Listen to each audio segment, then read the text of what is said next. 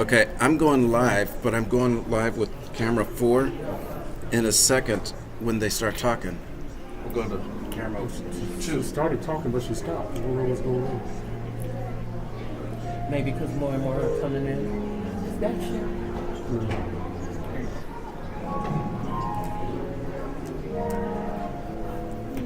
Shirley and her friend.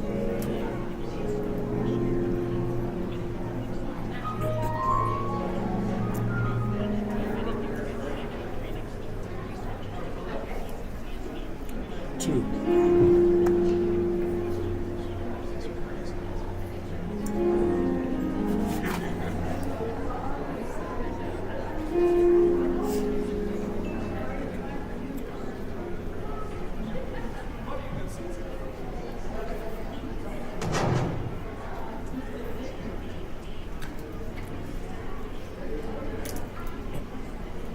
Good afternoon, everyone, and welcome.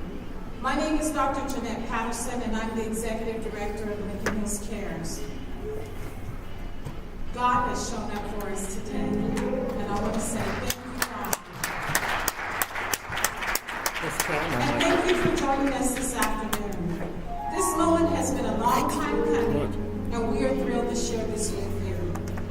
Before we begin, I want to take a moment to introduce our organization and what we do. Lincoln Hills Cares is a nonprofit organization dedicated to building community within local neighborhoods, promoting outdoor equity for residents in under-resourced areas, and fostering environmental stewardship. We develop the next generation of leaders through outdoor and environmental education programs, workforce advancement opportunities, and cultural history exploration. Today, we'll be focusing on the cultural history exploration component of the mission statement. To begin, I want to share a comment someone made while we were at our first meeting, and then we were doing the Zoom. Steve Shepard said something that truly highlighted the importance of the work. Wait. He said, we need to honor what was at Lincoln Hills. Think about how African Americans got here. This was a period of opportunity, and we need to honor our history. I think what Steve was saying is that we need to recognize and preserve the rich history, the cultural significance, It'll be and the pretty legacy obvious. of the people who found refuge, community, joy in that space, especially during times when such opportunities were limited due to the deeply entrenched segregation and discrimination of Jim Crow. Lincoln Hills is more than just a physical location. Even though it was established in 1922 and flourished until the 1960s, it represented freedom, resilience, and a sanctuary, a place of no conflict, a place of joy, a place of community, and a place of liberation. We get to do this all over again tomorrow, who are right? often excluded from other recreational spaces No, but we'll be and other back places here. in general. We need to acknowledge the stories, the struggles, and triumphs of those who built memories, ensuring their legacy lives on through education, preservation, and celebration. Today, we present songs, stories, and sanctuaries, celebrating the Black church at Lincoln Hills. The Black church was pivotal in the role of the growth of Lincoln Hills, maintaining a strong historical connection, building community of faith, fostering resilience, and leading the charge in embracing this sanctuary called the Oasis of the West. It's accurate to say the Black church was not just present at Lincoln Hills. The Black church was Lincoln Hills. These people were people of God, people who believed and trusted in God and had faith in Him, people who knew their will and purpose and what they were supposed to do here on earth. They were obedient to God. And when we are obedient to God and we believe in Him and we have faith in Him, God blesses us with fruit. And that fruit is Lincoln Hills. Today we honor the legacy of Lincoln Hills and powerful voices in song, bring history and life through the reenactment of Wendell Weeks' Hamlet and Zora Neale Hurston, and create space for reflection through a thought-provoking talkback. This is more than just a celebration. It's a testament to the enduring connection between the Black Church and Lincoln Hills. So without further ado, please allow me to introduce Mr. Adam Dempsey, who will lead us through songs, stories, and sanctuaries, celebrating the Black Church and Lincoln Hills. Enjoy the show.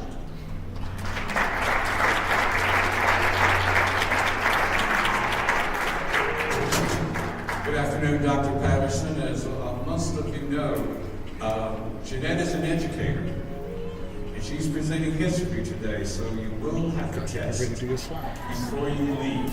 Yeah. Keep that in mind. It's okay. I guess what I should say is, Assalamu alaikum, brothers and sisters. Black History Month is here. It ain't going nowhere. And we're going to celebrate it. Yeah! You can tell I'm from the 60s. The other thing that you'll see me do is, during the month of January, I had a whole bunch of eye surgeries. Oh, he One here and one there.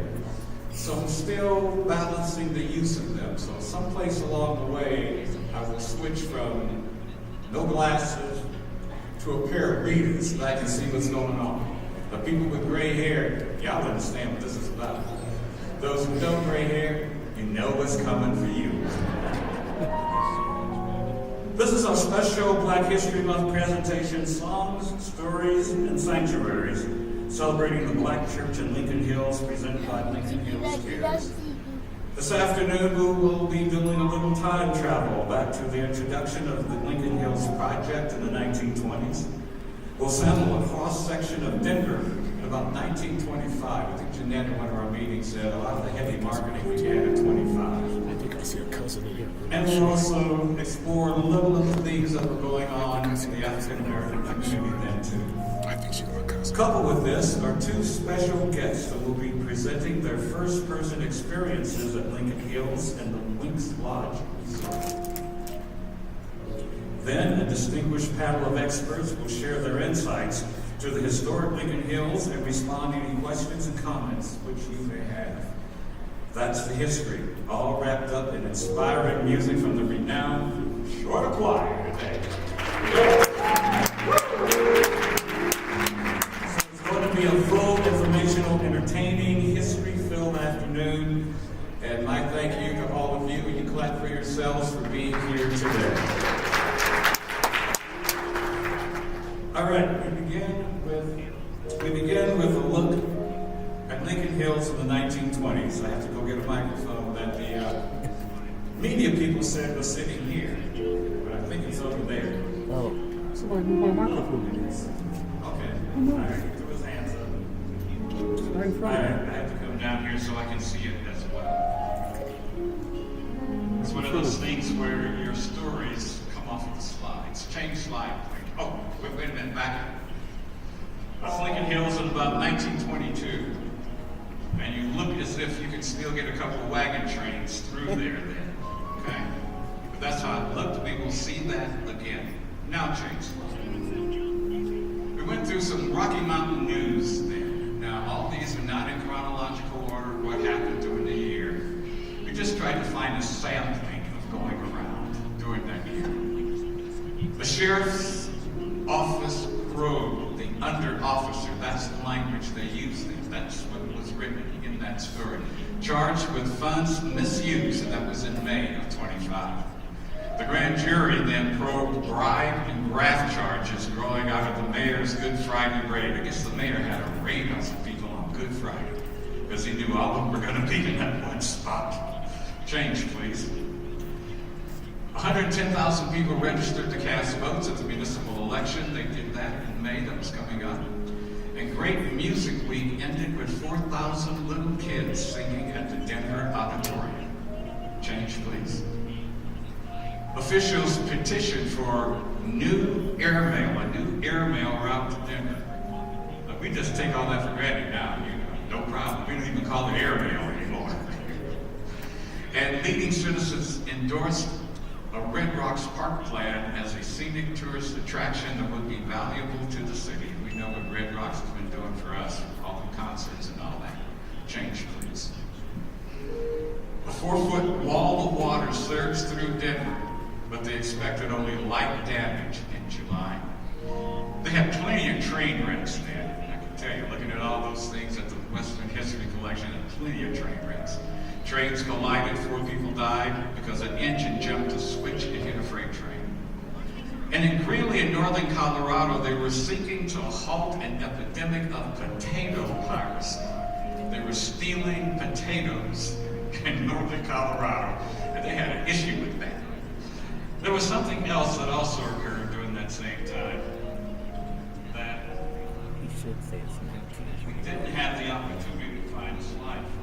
I told you to say I it. have to tell you about this. Now I got too many pieces of paper.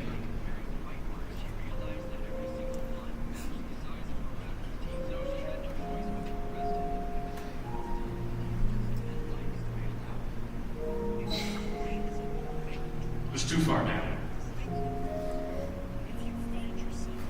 Denver was thinking about African Americans in 1925 because they had something that a lot of other cities did not have. The Denver African Expedition went to Africa in 1925 to seek the cradle of humanity. This really happened. The explorers claimed to have found the missing link in the Hakam Bushmen of Kalahari. They proceeded to market this image. The Denver Expedition played a key role in romanticizing Bushmen. Indeed, its image of Bushmen has permeated Western mass culture. Before the expedition, Bushmen commonly had been presented on postcards as impoverished savages. In its wake, the Bushmen of South Africa have inspired not only commercial advertisements, but art exhibitions and novels. I came out of a book that was published about that exposition in 1947. And those words were on the back cover. So we think we weren't being thought about in a different kind of way. That's a little piece of history I'm sure you did not know about. I didn't either till I just bumped into it. All right, change slide, please. The Colorado Statesman was the African American community's black newspaper then. Statesman was born about 1905, and the family finally gave it up about 1958. But they published something every single week. Most of the articles they picked up came from the Rocky Mountain News, one of the other 4 Denver daily newspapers then. Because they didn't have a big staff to go out and gain news the way we know of now. But we still had some information. They also had a lot of national stories that they let local people know about. Change, please. The 60th annual NAACP conference closed. W.E.B. Du Bois was here, gave the closing address that June. We've had 2 national NAACP conferences in Denver. This one was one of the first ones ever held outside of New York. And when you think of when the NAACP was born, about 1915, this was 14 years later, 15 years later, or 10 years later. So Denver was on the map nationally before a lot of people didn't know about it. A Denver girl, that was the headline. Denver girl wins honors. Miss Jean Andrew Zachary won an opera contest at the town hall up in Arvada that August. Change, please. Negro Wealth Growing was the headline. The American Sociological Institute in Atlanta saw that in research that in 1924, the African American community in the United States was worth $2 billion, so $2 billion worth of wealth. And that was up from the $700 million in 1912. And I don't know where the brothers and sisters got all that money to make that kind of leap, but we need to find out how they did that, because that was wonderful. That July, Governor Morley, who was also known as Colorado's Klan governor, because the Klan had the biggest political voice at that time. He appointed delegates to the Negro National Education Conference. He sent 27 people between Denver and Colorado Springs to Kansas City. Change slide. The New York Library began its Department of Negro Arts and Letters in Harlem, and 7 states passed anti-lynching laws in Kansas, New Jersey, Pennsylvania, Indiana, South Carolina, Tennessee, and Minnesota, and they did not put a date on that. Change slide, please. There was a census of religious bodies that was released that November. The National Baptist Convention had 21,000 congregations with almost 3 million members, and their property was valued at $41 million. The African Methodist Episcopal Church had 6,600 congregations with just over 500,000 members, property valued at $14.6 million. And the African American Episcopal Zion, I don't know how they got away, but they did. You bring the boys back. They had 6,100 congregations with 257,000 members then, and their property was valued at $7.5 million. In a lot of the censuses that were done then, the reports, we found one at our library here that took a census of Denver. They even reported how much money they collected in Sunday school then. That would never happen now. No pastors will tell how much money is coming in. That's not going to occur. Change slide, please. Some of the churches that were here, not all of them, Holy Redeemer Church was here then, 25, change. New Hope Baptist Church, change. Scott Methodist Church, and Reverend Jackson made sure that he had a good pose in front of his church at that time, change. Zion Baptist Church, there's another slide that has the original Zion Baptist Church on it, you'll see there, change. And shorter, AME Church, and then probably our fourth church then. But that's how it looked like at the time. Change. Speaking of shorter, our first music that you would hear then, if you went to any of those churches to be inspired, will be presented by our shorter choir.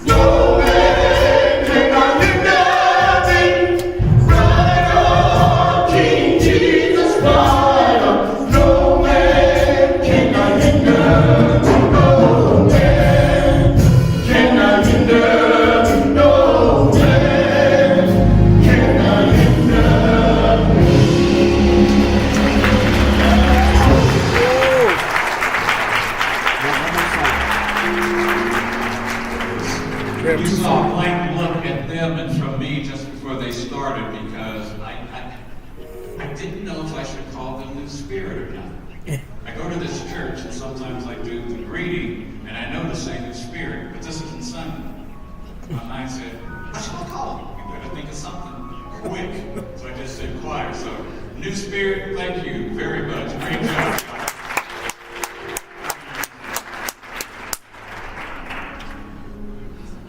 If you had been attending any of those churches, you'd find out what was going on in the community from the what? Church bulletin. The Colorado Statesman would do exactly that. They'd go through all the bulletins and that's what they would put in their newspaper. So, what some of those churches were doing, Scott Methodist Church, they had graded Sunday school lessons. How many people go to Sunday school and have to do a grade now? You say, oh no, I ain't coming to that thing.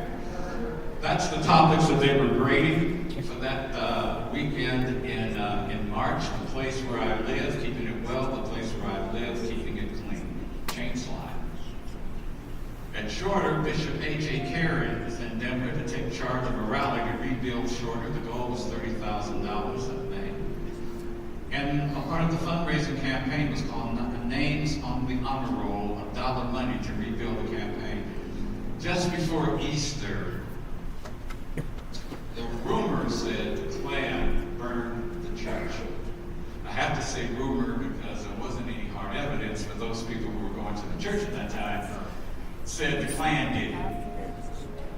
And we know word of mouth is the biggest news you can have, so that's what we're going to go with. It was 3 days before Easter. The choir was going to sing on a new station called KOA, an Easter concert. All that happened then, and so they had to rebuild that church. And that's why the bishop was coming to town, and they had a goal of $30,000 to start the construction, which they started in November with an African-American construction company building the building that Cleo is in right now. Then, change slides. Also at Shorter, they were holding services until the new church was finished at People's Presbyterian. And the famous Shorter Choir, that's what they wrote, the famous Shorter Choir. That's y'all, okay? The famous Shorter Choir presented sacred music on a Sunday evening at 7:45, and they called it a rare treat. That was that almost. Change, please. Over at Zion Baptist Church, the Zion Choir had a radio concert with additional music coming from San Francisco, New York, Philadelphia, Chicago, Dallas, Fort Worth, and Kansas City. Now, doing radio every week for me at KUPO, you know how many lines you have to have coming into a station to get that many concerts over the year? You gotta have a lot of them. So that must have been a great concert that they had. Change slide, please. Over at Tyler Chapel, CME Church. Is Reverend Tyler here? Not yet? Okay. I don't know if he had a chapel there, but they have one name, right? Tyler Chapel, CME Church. Their morning service was a sacramental service, and Dr. A. Wayman Ward of Shorter Chapel, his sermon was Atonement of Jesus Christ. At a Pentecostal church on Walton, they had a revival, and they also had a dance at Few Hall, and they said a large crowd was there, and they had a good time. Change slide, please. All right, Sunday afternoons in Denver. Some Sunday afternoons in the 20s, 30s, 40s, 50s, people would go up to Lincoln Hills to hang out. Now, a lot of people in Denver went places like this. You heard of Fairmount Cemetery? Well, in the 20s and 30s, there was a little railroad train that ran down Quebec from Colfax to Fairmount. People went out there to have outings on a Sunday. Well, African Americans went up to Lincoln Hills. That's what happened. So, change slide, please. There were other segregated resorts and beaches for African Americans to do that, so we were not alone. Gulfside Beach in Mississippi was actually started by an Episcopal pastor who saw some of the other ones and said they needed to have something down there by Louisiana. And that's where Gulfside Beach came from. Change slide. There's another one, Highland Beach in Maryland, so that people in D.C., Baltimore, that's where they go. Highland Beach. Change slide, please. Now, you probably saw the movie about this place, Idlewild. Idlewild Resort in Michigan. Everybody in Chicago, that's what they drove up to on the lake. For that party, had a good time there. Change slide there. American Beach in Jacksonville came along a little later, but nevertheless, it's there, and they're all cited as historical places. Change slide, please. Back to Lincoln Hills again. That's where Lincoln Hills comes in. Every one of those was a beach or by a lake. And we were the mountain resort. So African Americans had places in every area of recreation around America. That's where it came in. That's how it looked again in the 1920s. Change slide, please. All right. Got to have a commercial, right? Here is your commercial. Right now, you can own the mountain home for $1 down and $1 a week. It's called Lincoln Hills. 34 miles from Denver, 39 miles if you get on the train. Now, you know you cannot beat a deal like that. Change slide, please. Lincoln Hills, not a promotion, owned by responsible businessmen of Denver, subdivided the lots and the tracts to sell to people refinement for summer recreation. Every one of these things, too, they talk about trout fishing. A place where you can buy your own property, receiving in return a warranty deed and abstract conveying full title to the same as any city property. You can build a bungalow, a log cabin, pitch a tent, or for your family during the hot summer weather. Lincoln Hills, 4 auto highways. Get up there. Change slide, please. $29 a lot, weekly payments for $1. Now, if you look up there in the upper right-hand corner, you see a coupon up there. That coupon is up there because, like all good promoters, they did a promotion to help sell lots. It says in the upper left, see the number of this coupon? No other person has a number like it. It may be a lucky number to entitle you to a free lot. Lincoln Hills has grown from a local to a national enterprise, and to further acquaint people with the project, we are offering free 100 lots for cabin sites. Look for the number on the coupon, bring it to our representative or office. If it is one of the free numbers, we will give the holder free any unsold lot in Lincoln Hills and let you select the lot for yourself. No lots reserved. Only one lot will be given free to any one individual. And you can purchase an adjoining lot if you desire, but that's optional. Every lot is 25 by 100 feet, 25 about from there to about here, and 100 feet deep, approximately 2,500 square feet. Don't wait, somebody may select the lot you want. Bring the coupon with you. It may be your lucky number. Now, how can you refuse an offer like that? Okay, $29 a lot. Change, please. The world's greatest scenic railroad, the Moffett Road, has a train stop at Lincoln Hills.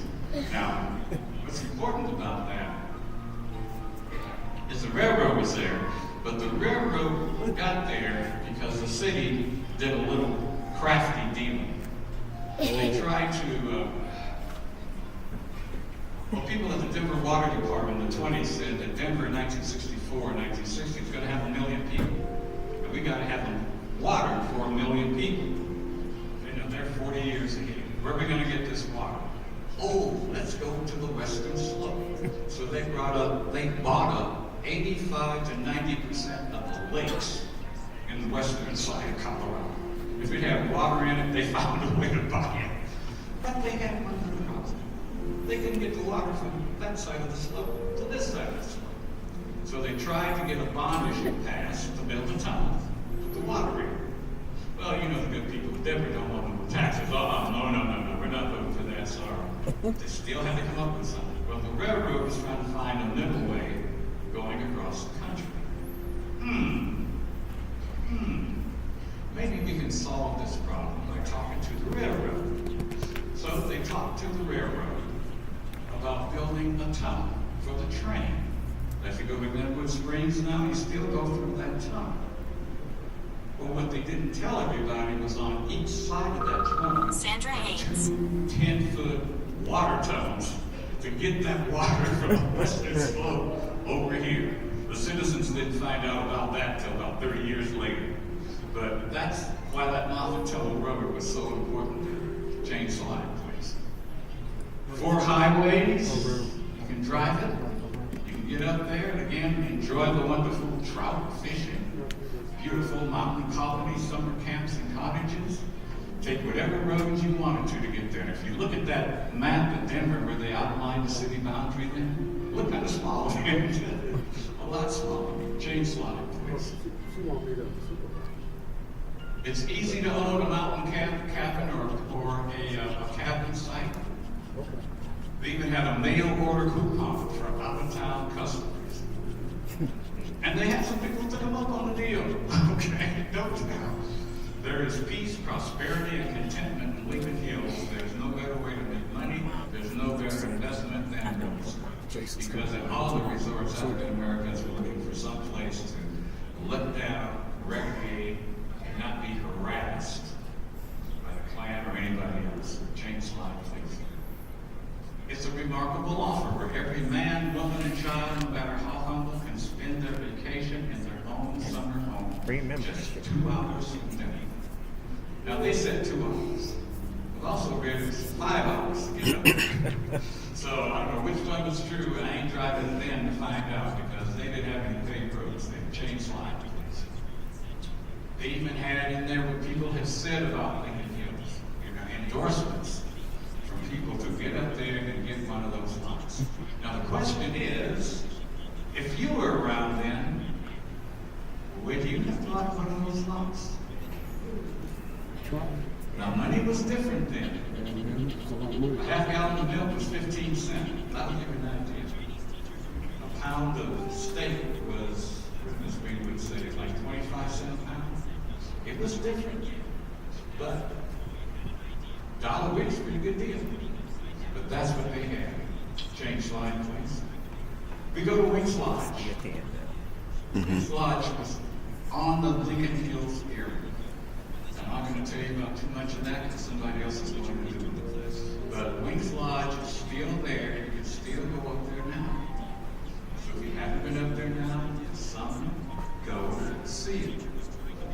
Don't leave Denver and go retire in Hawaii and say, we got to go to Wings Lodge and have to fly back here like everybody else does. Don't see it. Change slide. All right. We will hear again from our new spirit choir.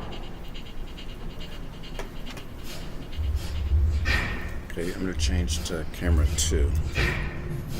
Michael's got too much bass on that. Michael's got too much bass on that.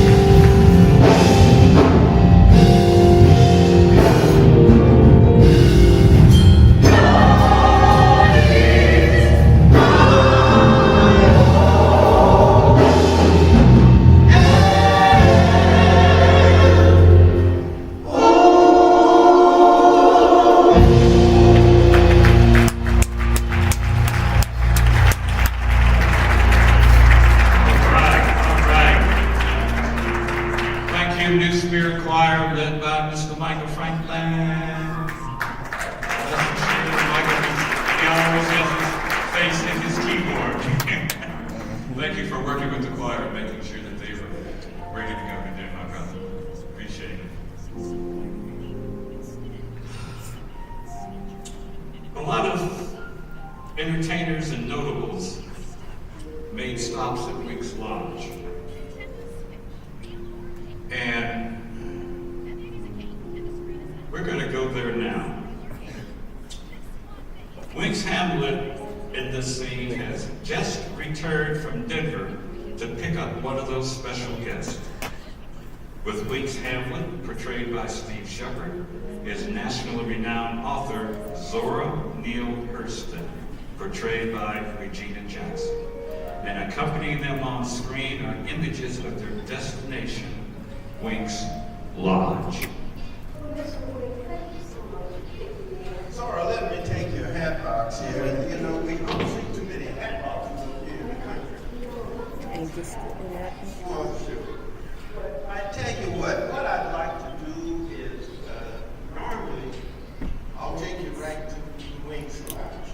But I'd like to walk you up the lane to Winks Lodge and show you some of the items along the way here that we've constructed or will be constructed. That was one of my first questions. Change. is it?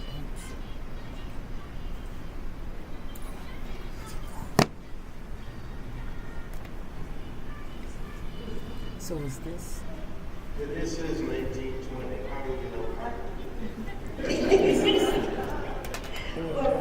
Leslie the couple.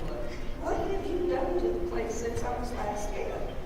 Well, you know, quite frankly, we've done quite a few things, and that's what I would like to show you as we walk along this lane here. But if you don't mind, I would like to Or is it stop the other along presentation? the way. No, it's this one, but it's not showing up. Oh, that's because I got it. Okay. Gotcha. All right. Okay. We did have a photo of you, but this is our family in front. Zora, this is I see it. All right. And I want to once again welcome you to Lincoln Hills. And as we go up the lane here, next shot is my family. Yeah, and maybe you know how to go. Is he talking about his family? Yeah, go ahead. Go. There. All right. That's myself See, I'll tell you when you change. and my brother and a sister in front of the Hamlet family, in front of Winks Lodge. But as we go through the photos, I'd like to. You could see the next slide. Go. Next one. This is the train to Camp Mazzoni. Now, at that time, they called it the dinky train because it was designed to bring folks up from Denver to Camp Mazzoni. Now, the truck on the left there is my truck, and that's how I picked you up here down at the station. But I'd like you to know that I'm very excited to have you here because I've heard so much about you. And I've heard so much about Winks Lodge. I am so interested in solitude. Harlem is about things, and you do many things, but what you don't do at all is solitude. That's true. That's true. Well, as we look up the side of the hill here, the first building on the left is where the young girls who are at the WCA camp, where they reside while they're up here. Now that middle building is where we hold our meals and so on. The building over to the right is where the young ladies check in. But now let me tell you about that second building that you see here from the left. That building, I am hoping that when the Girl Scout camp decides to leave, that I can build or make that into Winks Lodge. Winks Tavern. Thank you, Troy. Wings over. This is the Camp Mahoney office building where the young ladies will check in and where most of the administrative function. Next. This is our sign, Lincoln Hills. Fabulous Lincoln Hills. Yes, I know you look forward to being here. That's true. Next one. Our Negroes, whatever we call them. Next one. And this was a close-up of the zoning barracks at that time, And that would be what, where the girls slept? where the girls slept, yes. Next. And I'm going to step out of character for just a moment. I'd like for anyone who can tell me who this young Not lady yet. is. Not yet. Yep.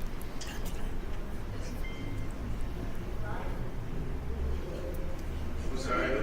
Marie Greenwood. Marie Greenwood. That's Marie Greenwood. There we go. Marie Greenwood was a well-known educator here in the elementary school systems. In fact, there is a school named after Marie Greenwood. But When you get Marie too close to each Greenwood other, it was goes so too low. involved with that area that she not only was an attendee, but she was an instructor and a mentor for years up at Camp Mahoney. And we're glad to have her shown here. Now. Now, picture goes with that. Should I put the picture up? Yep. And as I said, I am just anticipating being able to make that central building into Wink's Tavern. And hopefully one day I'll be able to do it. And this is what I envision Wink's Tavern to be. We can do tavern stuff. Tavern stuff. We certainly can. Of course, at this day and age, we can only serve 3-2 beer. I think that's what we serve. Not yet. He's going to talk about his house. That's right. The next building that we have along the path here is my cottage. This was the first cottage that I built when we came to Lincoln Hills. I built it personally, by hand. My family and I would come up on the weekends. Once again, it was a 5-hour drive at that time, but we would look forward to Friday evening come up. But then I decided that I needed to make this whole area accessible to more than just my family. So I began to wonder just how I could do that. Now up this lane here, See, he's talking. in the future, I'm hoping that Pactolus Mine will be available or will have cabins available that I can move from their mining site, and I will. Now this next building I want to show you, this is called the Honeymoon Cabin, and That's where I want to stay. I heard Well- all about and there is a particular advantage of staying at the Honeymoon Cabin. You have your own cabin out. They have an outhouse. You got it up? Yeah, I thought next You just have to listen to it. Yeah. Now, tell me who's been here lately. Okay. I hear Lena Horn always visits. yes, she does. In fact, Lena Horn, Yep, there she is. she really prefers to be in the Honeymoon Cabin. Okay. She doesn't, when she comes up here, she wants to be alone. She doesn't like to go over into the main building. Well, if you look like that, you wouldn't want everybody falling over you. I get it right. Okay. Rink's Lodge. This is the sign that we had. Now I'll show you around Wink's Lodge. Push it. Now, what I need to explain to you, Ed, when we first built Wink's Lodge, it was called Wink's Panorama. And that was because the Yeah. Pactolus Mine Company and all of the folks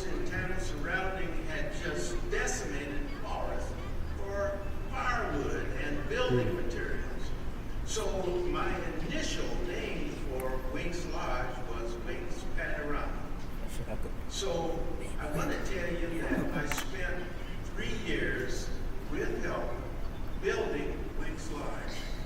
I'll have to tell you that I didn't have a set of architect's plans. See, he's going to talk to I just went by pure good common sense and built the Wings Lodge. And I expected to be standing 100 years from now. And it is. Right.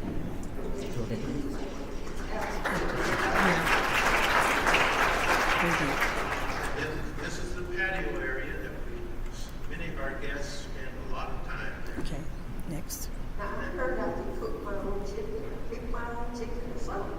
Well, we have a chef, please.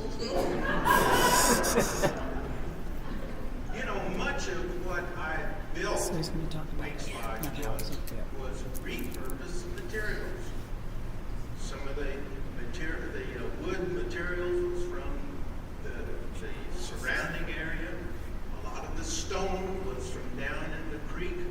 And this ceiling material was from the demolished newspaper, Denver Post newspaper. And so a lot of this was just built on my imagination. Okay, next. And this wasn't my imagination, quite frankly. This was our well. This was our water well. This took more than imagination. I had to dig this well, but it was a source of water for Wings Lodge.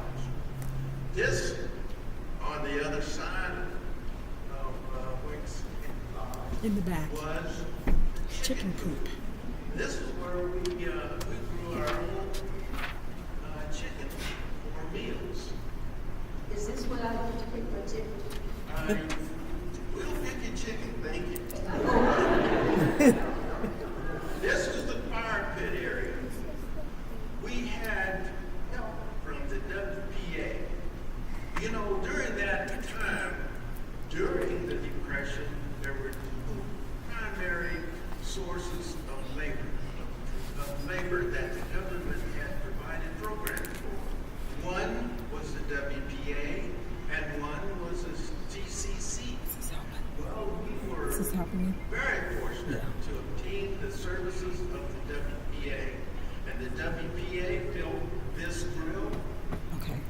as well as a very important part of what our services are.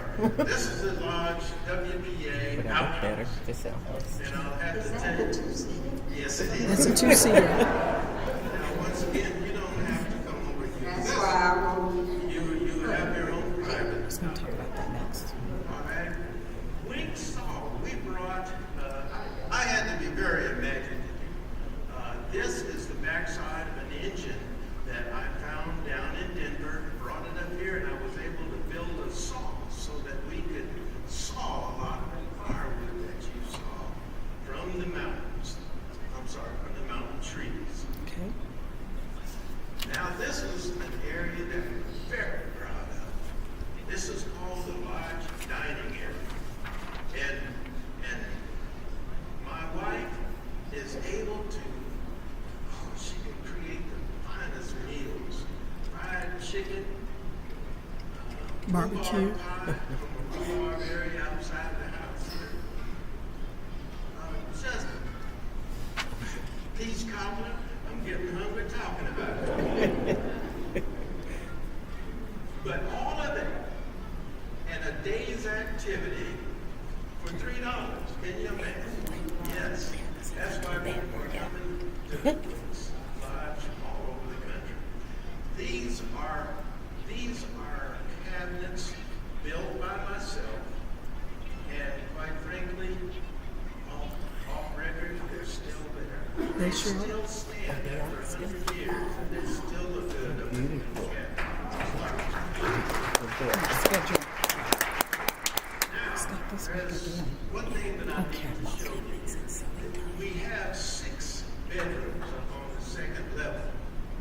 And in those bedrooms, naturally, we have a fine bed and A a wash dresser. basin. A wash basin. But- Go back. Go back. We We also have something that you will very much need. We have a wash basin. See? Now, And a third thing that you will very much need, and we call it a thunderbug. But it's under the bed. Oh, And okay. you guess what that's for. Oh, yeah. Okay, got it. okay, next. Now I can go. All right, this is another area where we're able to use those ceiling tiles and cabinets. Thank you. Now, this is, Now, I heard about this. you did. Yes, I heard about you charging folks from all over the county to come and take a shower. Shower. That's right. That's right. Oh. And after a A while, dollar. they're going to need it. So Go back. that is not a very good photo, but I would charge So it's gonna them tell 10 you. Yeah, I cents. can hear. Soap dish. Cents. Oh, that's a soap. How much did you charge for the soap? I thought it was $1. It was free. Soap is free. 10 cents. And you have the only shower in the county out there? Yes, I did. And then the shower. We only allowed our guests to use it. Thank you. Okay. All right. Now, this Look at the original stove. the original Stove. stove. Uh-huh. Years is still there. And over to the left is the kitchen with the kitchen tile. Okay, next. This was where sometimes if I was there sometime during the winter months, and which was not that often because I would go back down to Denver. I'm sorry, I got out of sequence. I go down to Denver to tend to my businesses, which is coal hauling, lumber. You are quite the entrepreneur, Mr. Wayne, Thank you. Thank you very much. charging for a shower. Sure. Okay, here we go. All right. Now, There we go. I'd like to take you to the great room so that we can sit down and talk about the times. There we go. This There we go. fireplace, once again, It's still there. It's still Yeah. rocks and so on that I gathered from the area. Can't see him. It's close. And built it. And it draws. It's very well And you can only constructed. go in the summer room. But you know, one of the greatest things that I'm proud of Should I is get that we are listed Go. the? I'm sorry. Yeah. That picture. My police training. And we need to know so we can travel safely. That's right. And that you could avoid those areas of the country that you just were not welcome. Go. And we were, and now here we're talking about areas that you're not Welcome in. Yeah. This is 1917. This is Latimer Square. 1917. 17th Street. Now I'm showing you this because folks wondered, now, where did you get the incentive? Or why did you think about going to the mountains for a place to get away? This should be very obvious. Can't go. This is what you get.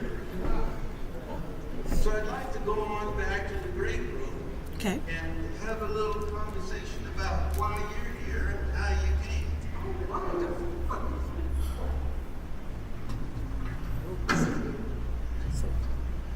Well, first I have some questions for you. All right.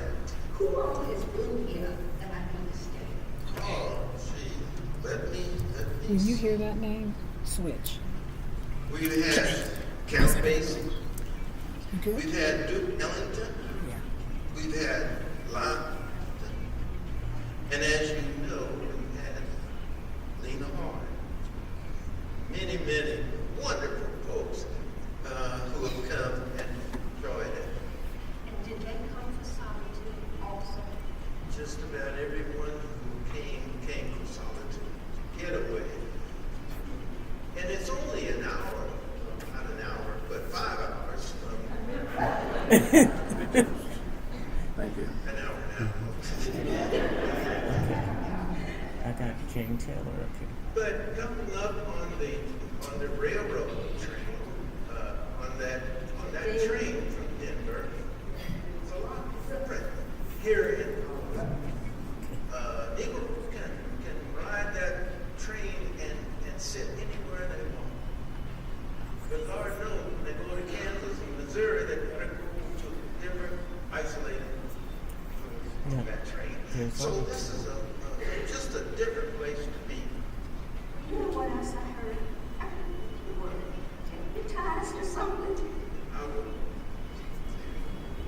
Taylor. No, I told you later on.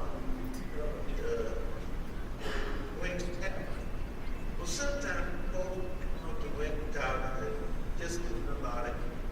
So I went to the sheriff. And I really need some help. So I'm really told me I took it shopping.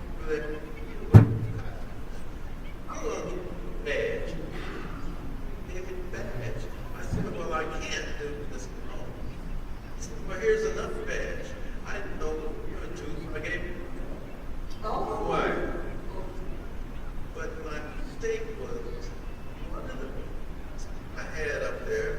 I knew where it was from. I knew where it was. So Denver. I thought I could arrest him. Then I found out, I'm good. Love it. But I've got a couple of questions for you.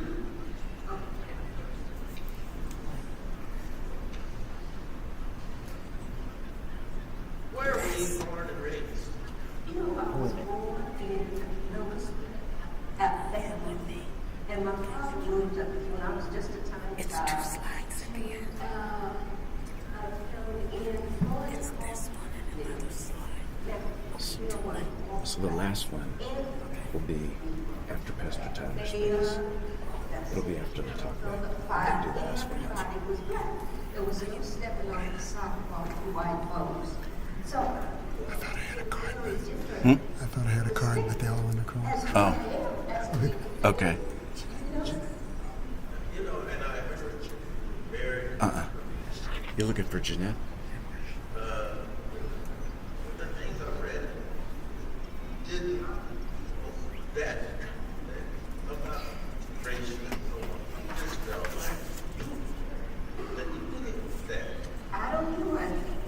You know, I grew up in a town where everybody pleased and needed. We had socialization, we had community.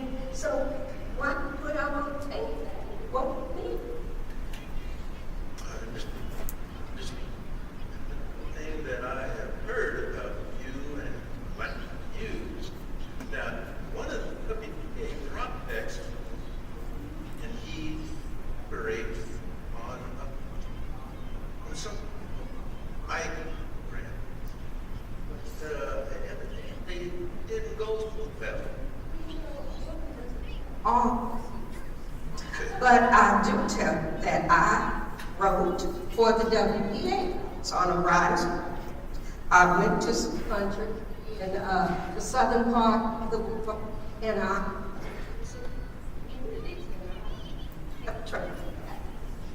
you know, most people don't know that I am an anthropologist. Is she Jane Taylor? Is she Jane Taylor? Well, If she is, I need to switch the slide. the other thing that I've heard about is that writing equal dialect, and you got a lot of pushback for that. You know, it's studying the culture. Well, of course, you know, other people didn't they were from New York City. And the other thing is, you know, I am the only in the Harlem Renaissance. So I know the culture sound like it's South, and they don't sound like Harlem. Well, I'd like to tell you, one of the things that I wrote to the developers of it kind of wraps up my and that is, it's the keenest picture I've ever filmed out of doors.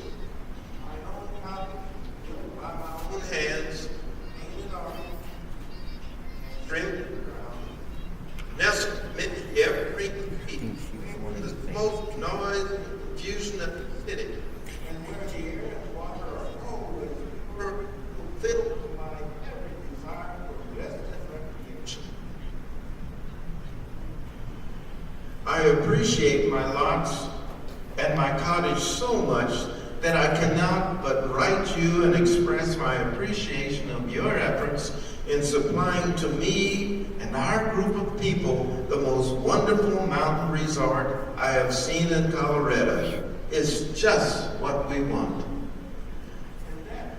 And that pretty much exemplifies the feelings of everyone at that time who were able to buy lots and build property up in Lincoln Hills. Now, this pretty much wraps up our session, but I would like to give homage to an individual who almost single-handedly initiated our current efforts up at Winks Lodge and Lincoln Hills. Name was Jane Taylor. Jane Taylor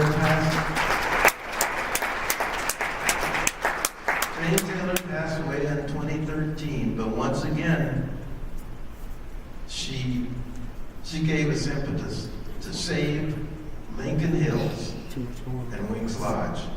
Thank you for your attention. We appreciate it. Well,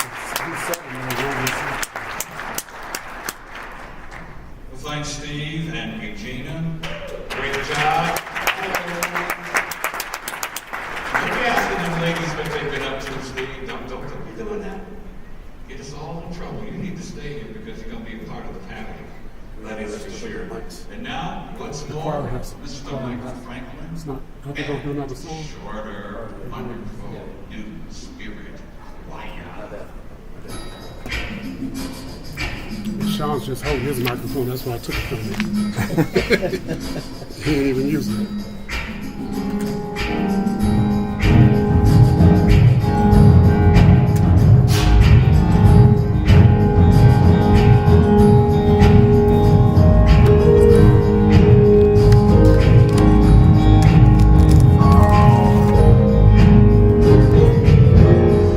Oh, happy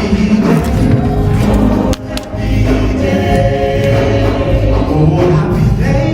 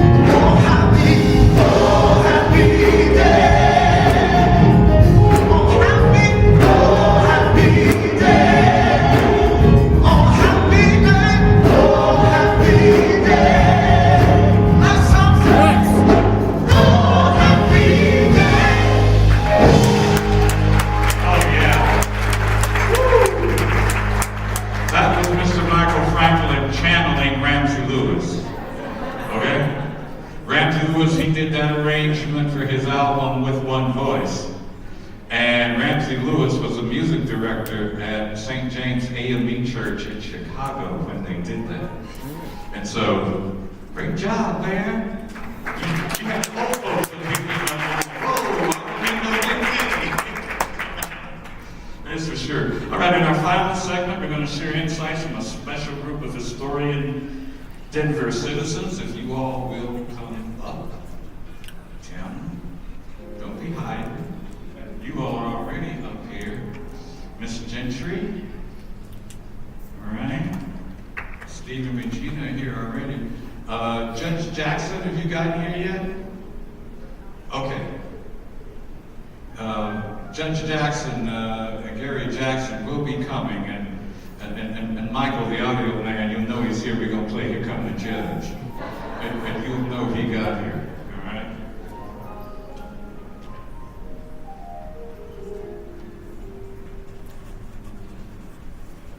Okay, y'all gone?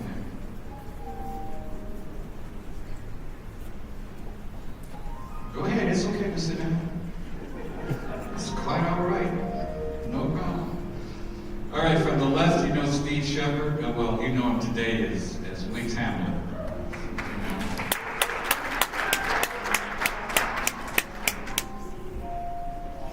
Okay, y'all stop playing musical chairs. And then to your far right from the historic Colorado and the Black Explanation Program is Miss Terry Gentry. Raise your hand to her. Next to her to the right is Miss Regina Jackson, who you know. I will just represent Gary Jackson until he shows up. Okay, all right. And sitting next to Steve is Mr. Tim Flynn, the Director of Programs and Education of Lincoln Hills Cares, and he is not a DEI hire for Lincoln Hills.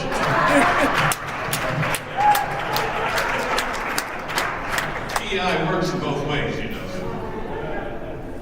He was sitting there, was watching it, and he was watching the choir, and his expression was like, "This is all I got here? Here comes the judge. Here comes the judge." Everybody says, "Here comes the judge."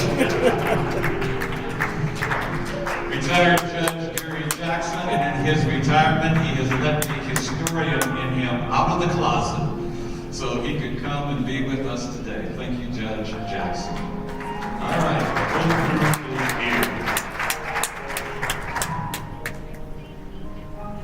okay.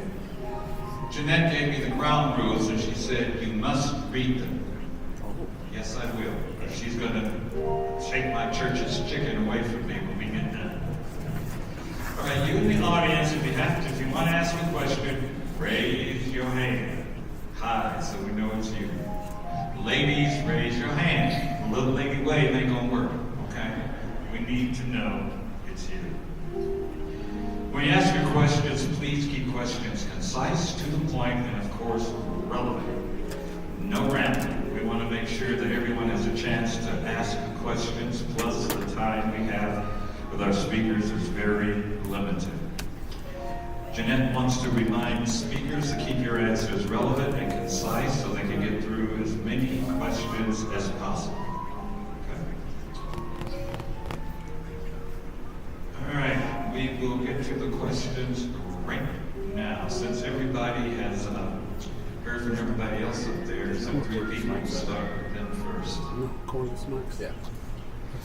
Terry, I want to start with you. What role did the Black Church play in supporting Lincoln Hills and those who visited there, and how did faith communities contribute to its success? The Black churches are such a critical part of our conversation about everything that we experienced in our lives. And for me, one of the fun things was looking through the Colorado Statesman and seeing all of these ads by different churches about excursions coming up to Lincoln Hills, and the communities supported the churches, and the churches supported the community. So you saw this reciprocal thing happening to make sure that they experienced what I consider Black joy in the church. and Lincoln Hills was an extension of that. So making sure folks came up here to Lincoln Hills to have wonderful experiences, to share the outdoors in another way that their ancestors could not enjoy. It's very, very critical at that time. And it also found that through the churches too, there were extensions to other parts of the country as well.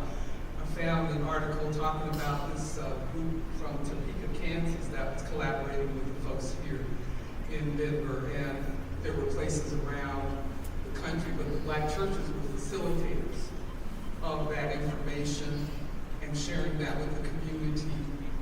And then you also had the porters and waiters on the railroads sharing that information and spreading that around the country and making sure that we had all of this information.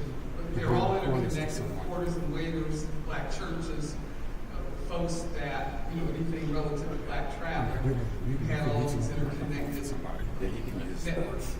Social media back in the day was very different than it is now. And we were more cohesive collective. Because I got it muted now. Social media that the churches facilitated the black newspaper, the porters and waiters and all of that to make sure that everybody knew it was here. Okay, thank you very much for sharing then. Let's complement that with what's happening now in Lincoln Hills. Tim, what programs are being offered and how they connect with the rich history what Terry spoke about in Lincoln Hills and that? Yeah, thank you, Adam, for facilitating today. And thank you to everyone for attending and celebrating with us. Thank you to Shorter, and thank you to the new Spirit Choir for hosting us as well. We have 4 main pillars of programs at Lincoln Hills Cares, and I'm going to introduce some folks, some of our staff members, since they're here. We have an outdoor education and recreation program, which is very similar to the experiences that we offer now, or similar to the ones that were taking place 100 years ago. That program serves around 2,000 youth and family members annually at historic Lincoln Hills, but also here in the Denver metro area with our partners. Denver Public Schools is a large partner of ours, as well as many community partners. And that program is run by Stephanie Valencia. Stephanie, do you mind standing?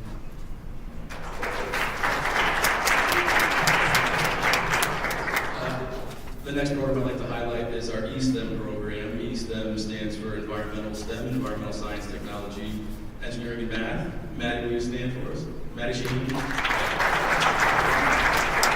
That program is mainly focusing on some of our older participants, maybe high school age, who are able to grasp some deeper understanding of environmental literacy and stewardship. Our next program that I'll discuss is our Career Pathways program. Leon Aldrich and Shane Wright. Will you stand for us? Our Career Pathways program employs teenagers and young adults who work on various projects throughout the city and beyond, conservation-based projects, as well as civic engagement and food security and urban agriculture. And something that Mr. Winks went over earlier today is our Camp Neshoni program. That program was historically Camp Neshoni. It's currently the Neshoni Equestrian program, where we stand for us. And that program is the equestrian program for young girls, similar to the historic Camp Neshoni program, and the focus is on positive youth development and social emotional learning and growth. Dr. Patterson mentioned before how important our connection to cultural history is, and it allows us to have discussions at Lincoln Hills with our participants centered around civil rights and the historically intentional exclusion of Black Americans from outdoor spaces. And we combined our outdoor education and environmental education programs with discussions centered around that. We're able to rediscover and protect and enhance cultural identity, and I think that's one of our main keys to our work. That being said, there are some preservation efforts. I can answer those questions as well. In regards to preservation, in December of 2023, we were able to to get Winks Lodge designated as a National Historic Landmark.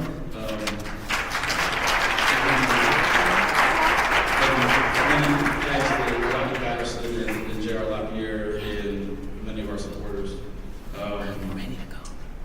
And the reason that is important is because it kind of opens the door for further preservation funds that may come in. That also, again, is a key component of protecting and enhancing cultural identity.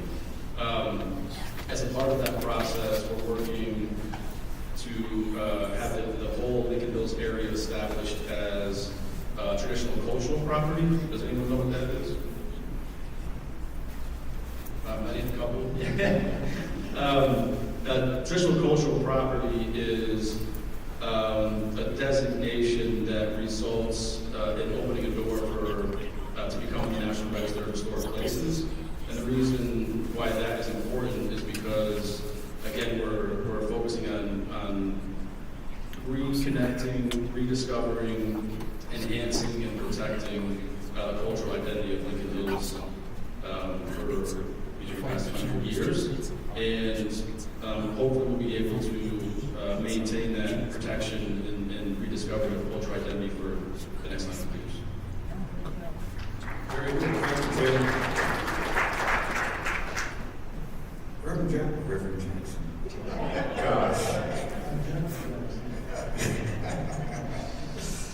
Judge Jackson, if I call him Reverend, he's going to be taking up an offering.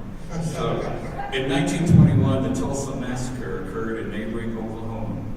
Yet the black people had the courage and determination to create the black community of Lincoln Hills. What would have been the motivating factors to have this development in Colorado, in which there were 70,000 registered Klan members? You know, that's a great question. But there's an easy answer. Because we, as people, wanted a place to home. And despite the destruction that took place in Oklahoma, Tulsa,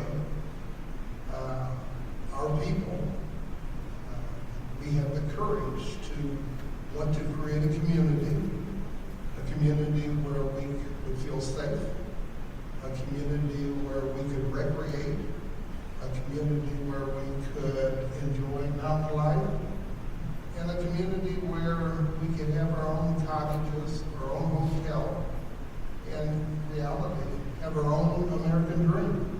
So, despite the destruction of what took place in Oklahoma, we persevered. Good, thank you. Regina, how does the legacy of Lincoln Hills reflect the resilience and accomplishments of Black Americans today? Well, one of the things I know, I do social and racial justice work, and one of the things I know is that Black people, everything we are given I don't want to say right, we are given, I can't think of the right word, but that we are allowed to excel in, we nail it. We kill it.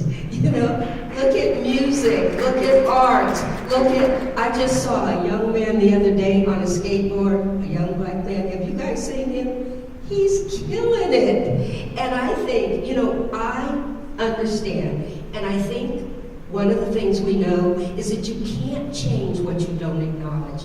And I call Black people in this society, we are the boogeyman, okay?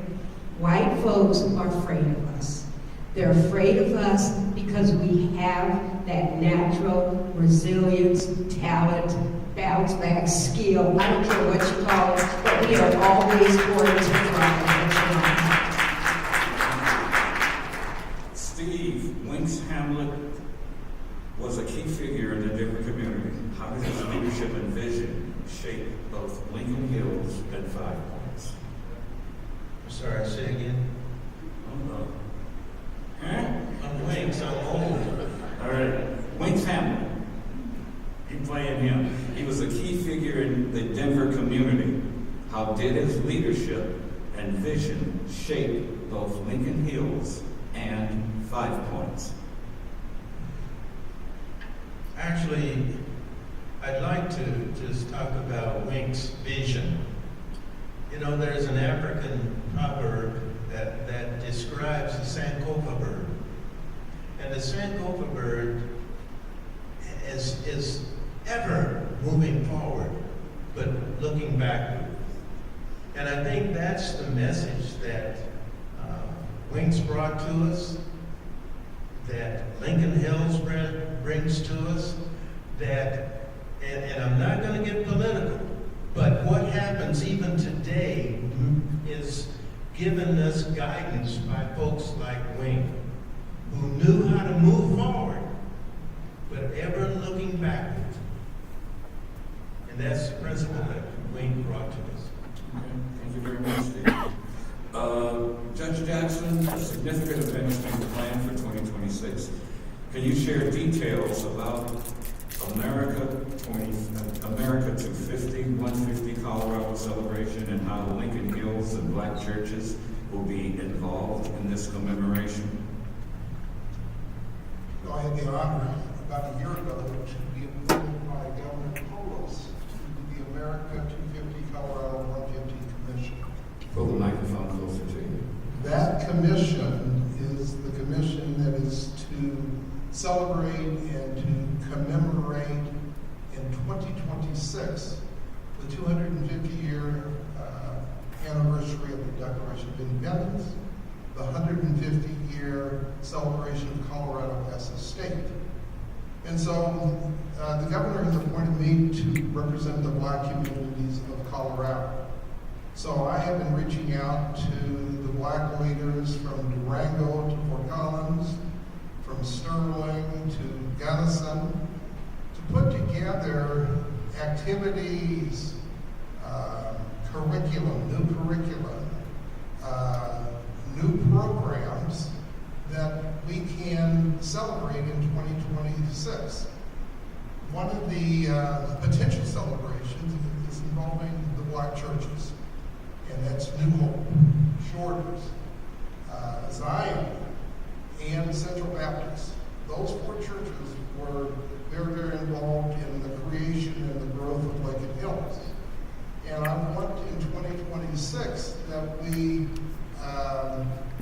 have a gathering in Lincoln Hills for several days where church members can go back to Lincoln Hills and re-enjoy the spirit of Lincoln Hills, the mountain life of Lincoln Hills.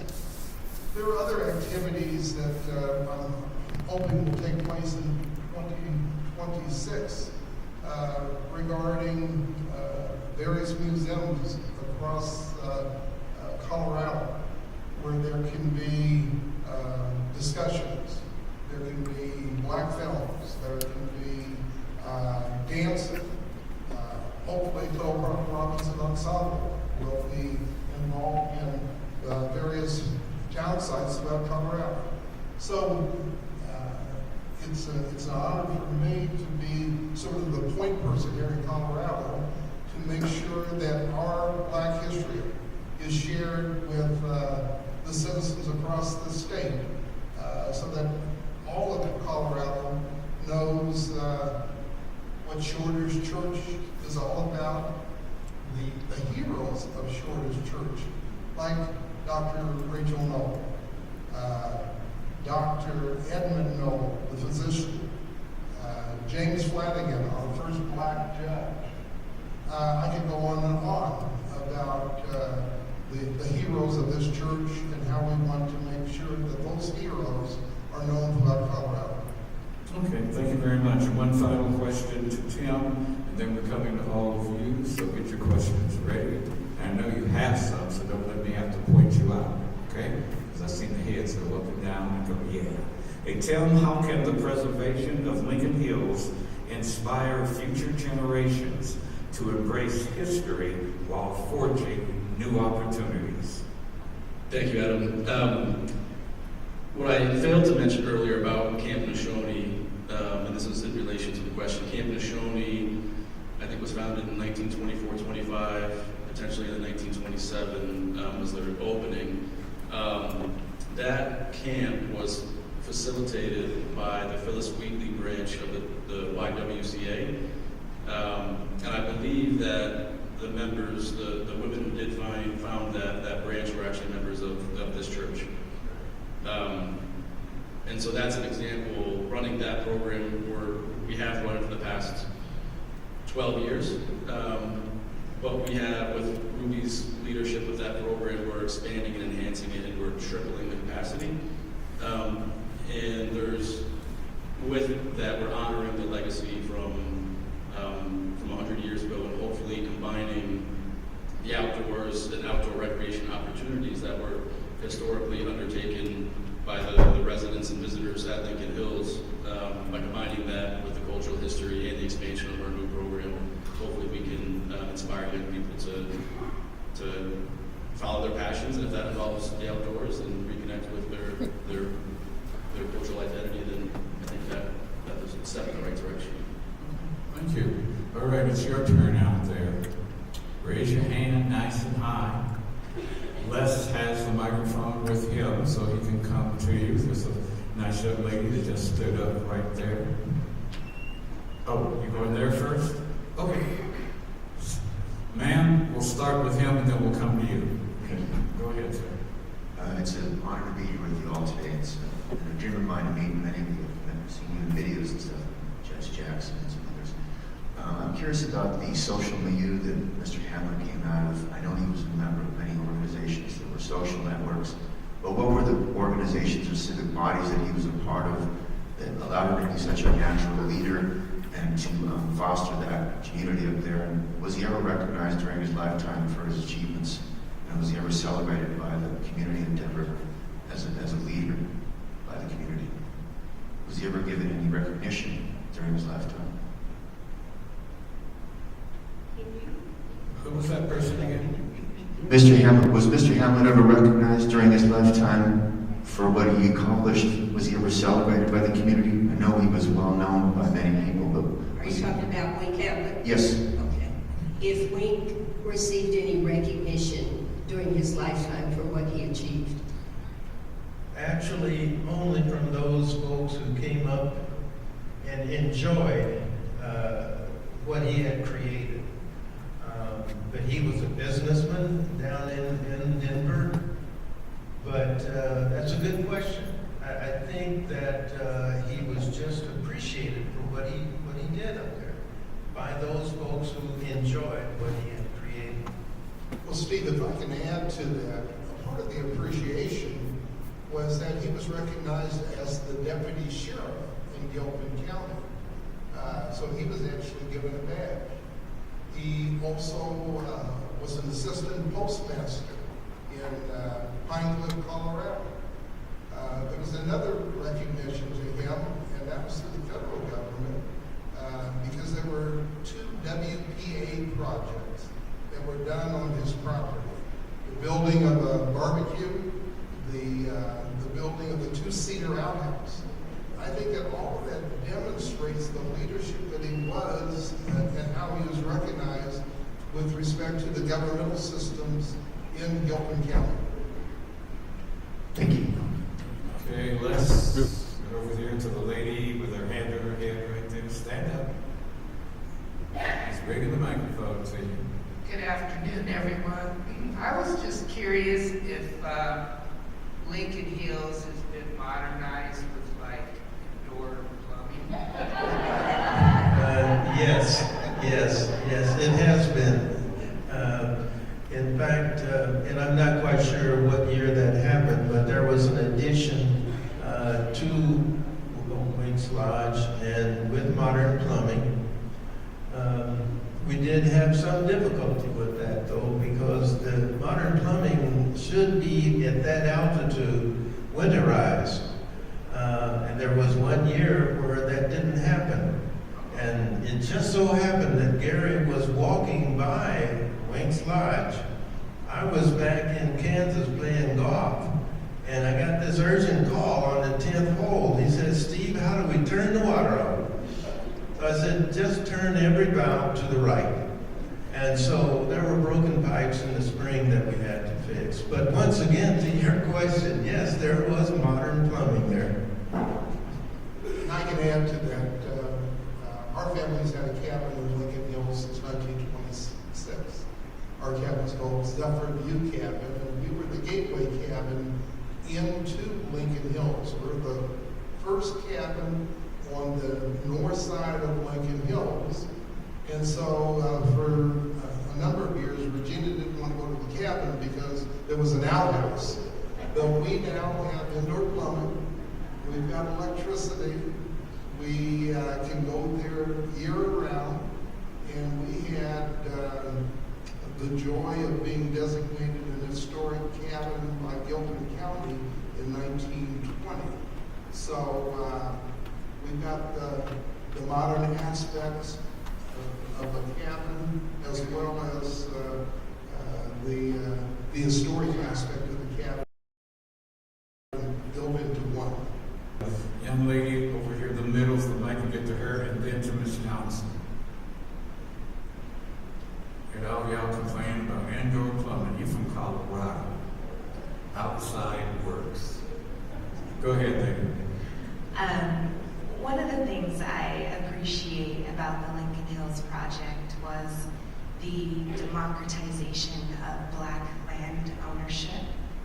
And my question for you all is what are the barriers and possibilities of an opportunity like that happening again?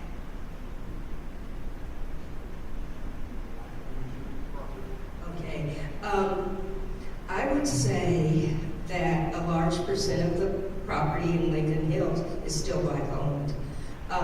You know, some are individuals and some are by a benefactor who has a huge footprint in Colorado and is trying to restore Lincoln Hills, and we thank him.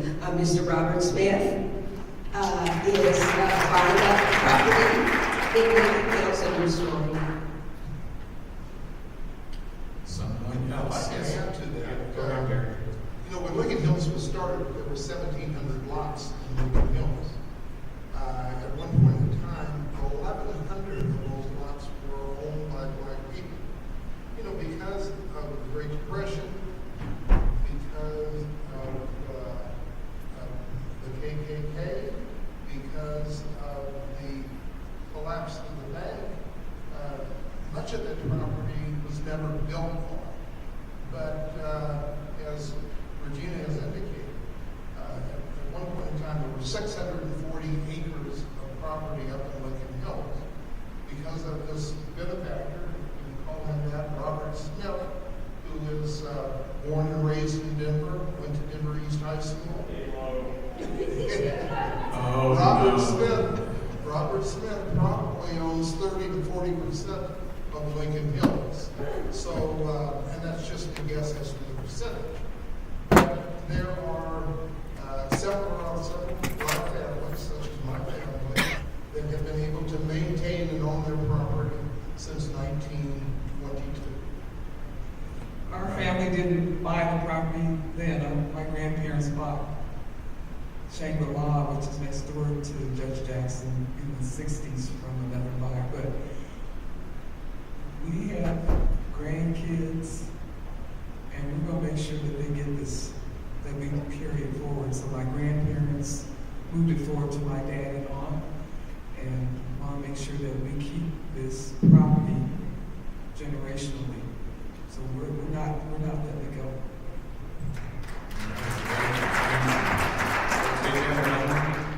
I had a question. How were you able to keep the Ku Klux Klan from infiltrating that area as they did in Tulsa? Is it because they didn't know, or they didn't have any footprint to that? Well, I think that's a good question regarding why was Lincoln Hills a safe haven for Black people? Because the reality was that back in the 20s and 30s and 40s, to get to Lincoln Hills from Denver because of the dirt road and single lane and switchback paths, it would take 4 to 5 hours to get to Lincoln Hills. And it was treacherous, not only environmentally, but Wonder View was a sundown town. Black people could not stop in Wonder View. So there were pockets of white supremacists on the way.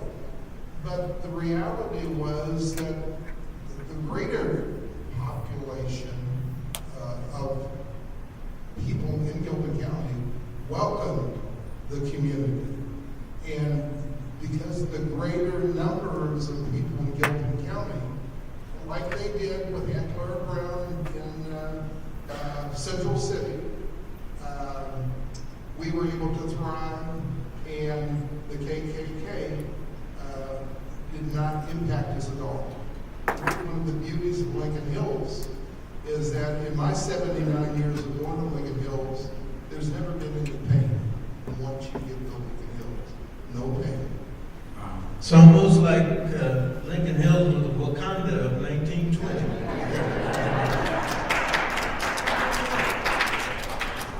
That lady right there, if you'll stand up so we can see where the question is coming from, ma'am.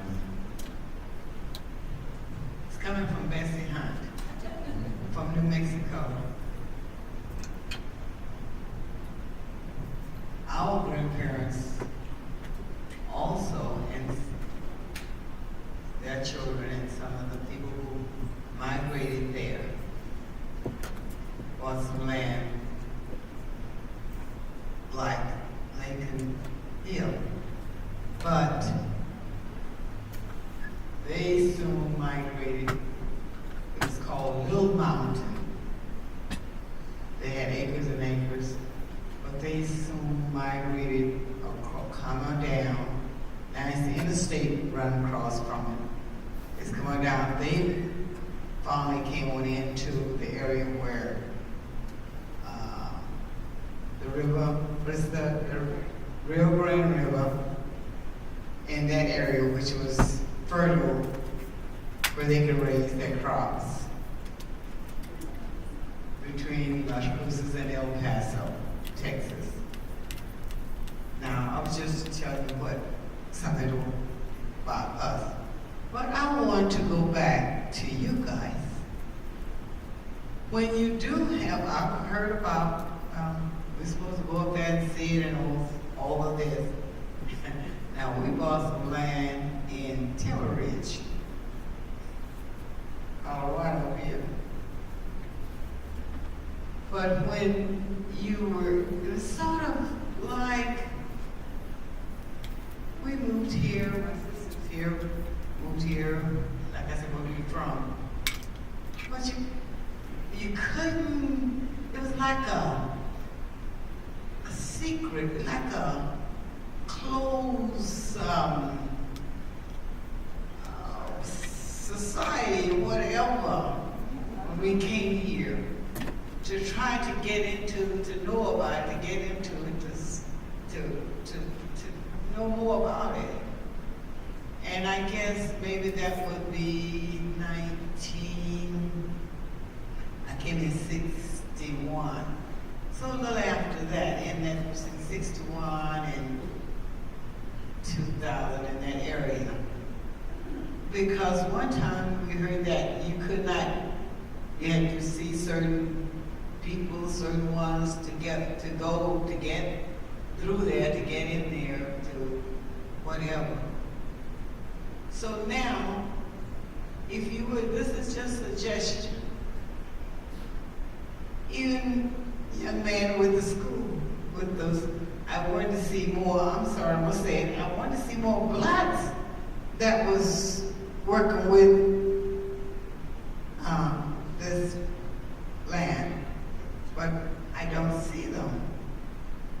I don't know if they have the interest or what, how could someone else create that interest to be interested in this? But the group here who knows all about it, the judge, could you have more information go out to our black churches, our black organizations? A lot of them don't know. We do tell them about it, but it's like I said before, you kind of keep it. So that's your question is. That's why we're here today. That is why we're here today, to share this information with the community. Now, you see how few people are in here?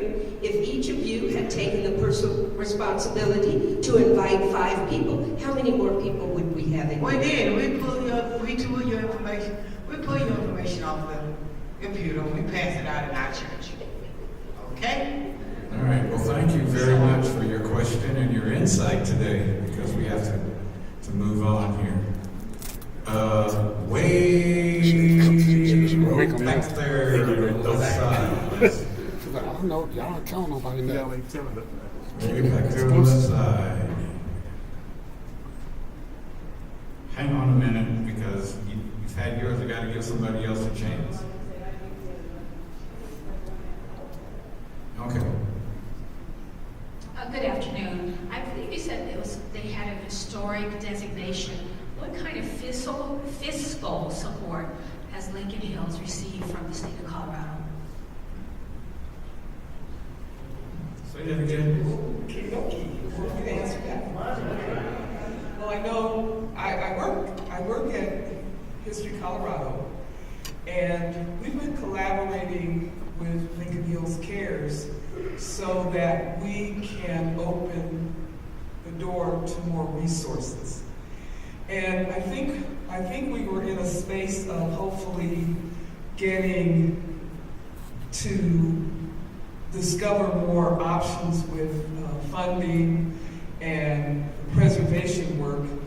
We're going to have to navigate a new pathway here with the things that we've experienced the last couple of weeks. But we're not giving up, but we've got a lot to do. I actually want my co-workers to please stand, if you don't mind. Ani and Akoma. Ani and Akoma. They're from Yeah, and you know Dr. Jeanette Patterson, and Tammy Roan, stand up. So these are some of our teammates. Alton, stand up. These are our teammates, and of course Judge Jackson. I don't think the brother gets any sleep. He's been working so hard at History Colorado, trying to make sure that we have everything we need.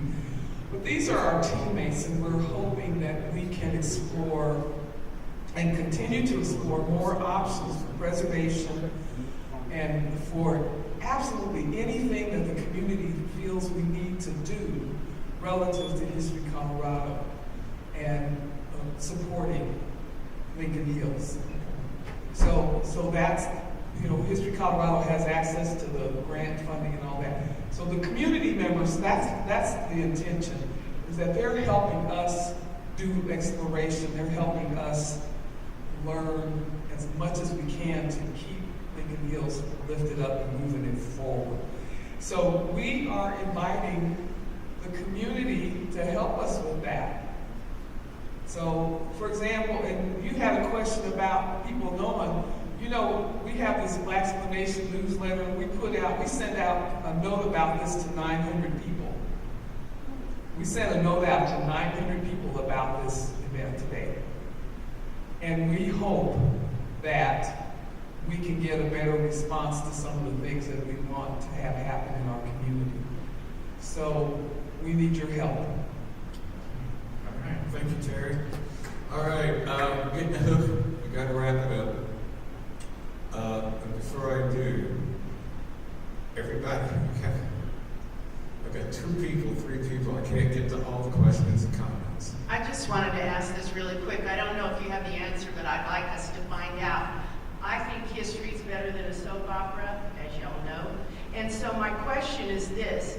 I noticed that Mr. Winks mentioned that he had worked with the WPA projects in getting things done. I also know that Zora Neale Hurston was employed by the WPA during the Depression, and I was wondering if the ability for you to get grants and get work, or grants for a lack of a better word, if it was because of conversations with her and her heavy work in WPA, if maybe it was a collegial thing that worked together. That was my question.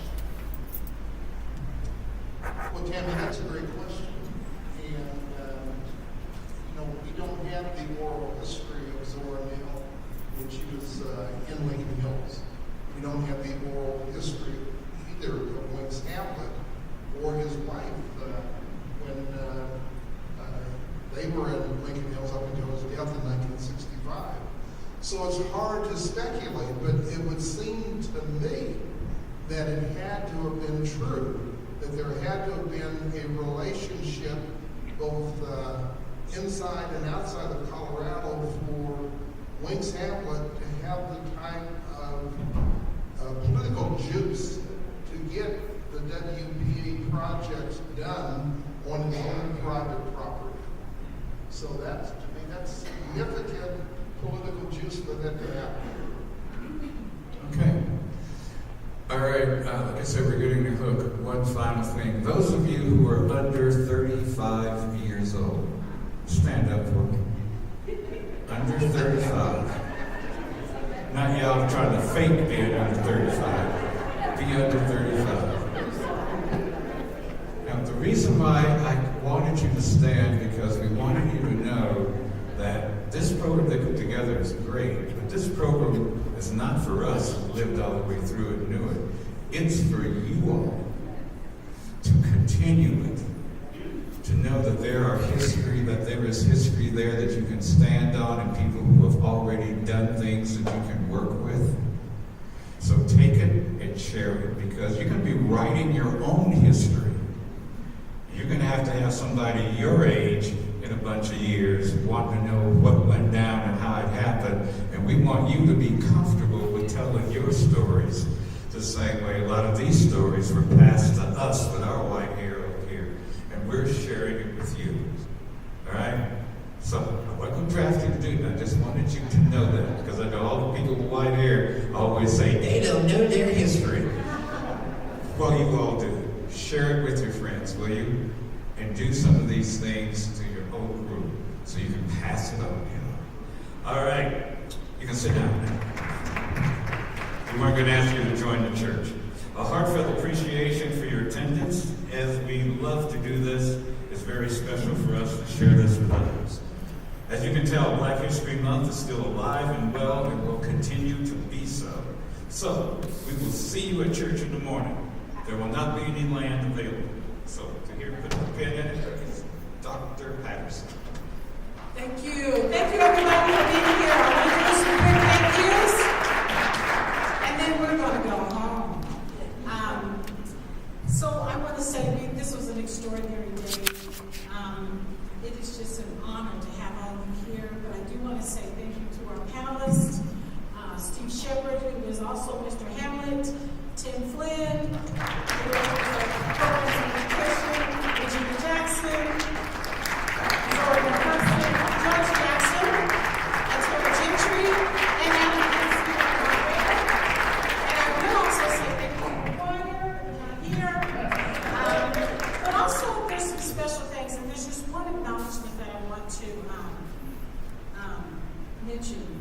Special thanks to Lincoln Hills Cares Foundation and Corporation Board, who's present, and our staff, who's been very supportive, Black Cat Production, our student photographer. But then also I want to say some special thanks to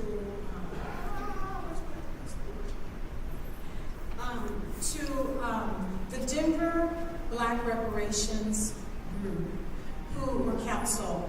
The council is the one that made this happen for us.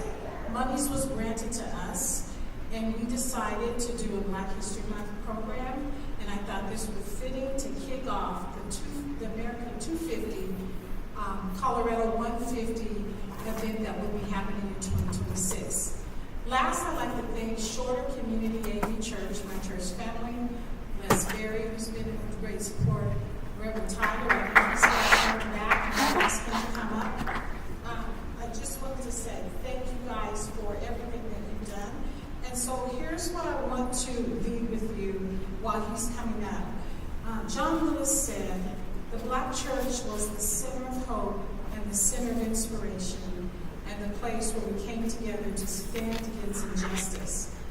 As we celebrate Black History Month, we recognize that the distractions of today can pull us away from our true purpose on this earth. But we are here to break down the walls that divide us, to seek understanding, and to walk together in unity. When peace fills our hearts, we recognize that our mission is greater than ourselves, a call to unity, harmony, and collective progress. We carry the legacy of our ancestors, visionaries who built and sustained Lincoln Hills as a refuge for hope, freedom, and joy in the face of injustice. Their faith, resilience, and unwavering commitment paved the way for us, and now it is our responsibility to continue that journey.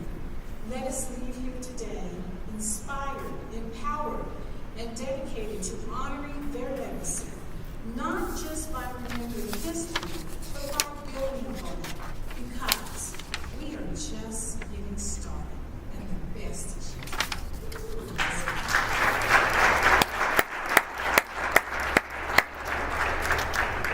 Can you help me get this whole team a hand together?